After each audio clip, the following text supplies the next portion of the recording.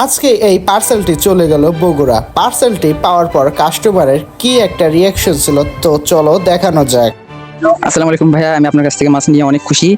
আপনার কাছে হাফ ফিন জেবা চাইছিলাম, আটটা আপনি ওইভাবে দিয়েছেন, কোনো কথা নষ্ট হয় নাই, এবং কি আপনি একটা হচ্ছে লং ফিন জেবা দিয়ে দিয়েছেন, আর হচ্ছে আপনার কাছে ডেলিভারি নেওয়ার 24 ঘন্টার মধ্যে পেয়ে গেছি ভাই। আপনার সার্ভিসটা অনেক ভালো। ডেলিভারির জন্য আমরা মাছ 3 থেকে 4 দিন আগে আলাদা করে রাখি।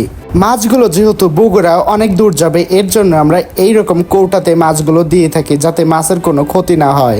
মাছগুলো প্যাকেট করার পর মাছের ভিতরে আমরা একটু লিথিয়াম ব্লু দিয়ে দিই যাতে মাছের কোনো জীবাণু বা অসুখ বিসুখ না হয়। এরপর মাছগুলো প্যাকেট করে আমরা এই কৌটার মধ্যে দিয়ে দেই। কৌটার নিচে এবং কৌটার উপরে কলা গাছের পাতা দিয়ে দেই যাতে মাছগুলো একটু রিল্যাক্সে থাকে। এরপর কৌটার ঢাকনা লাগিয়ে আমরা সুন্দর করে কস্টেপ দিয়ে পেঁচিয়ে দেই।